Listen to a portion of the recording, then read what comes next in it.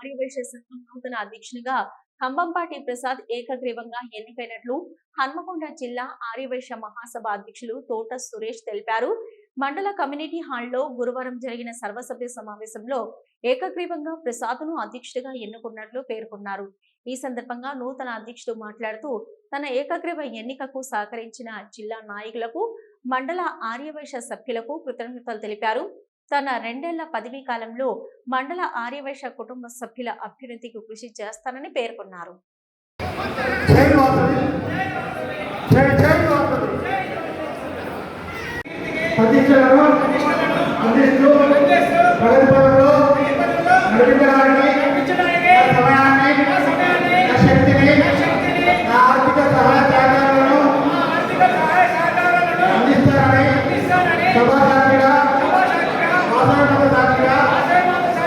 ప్రమాణం చేస్తున్నాను.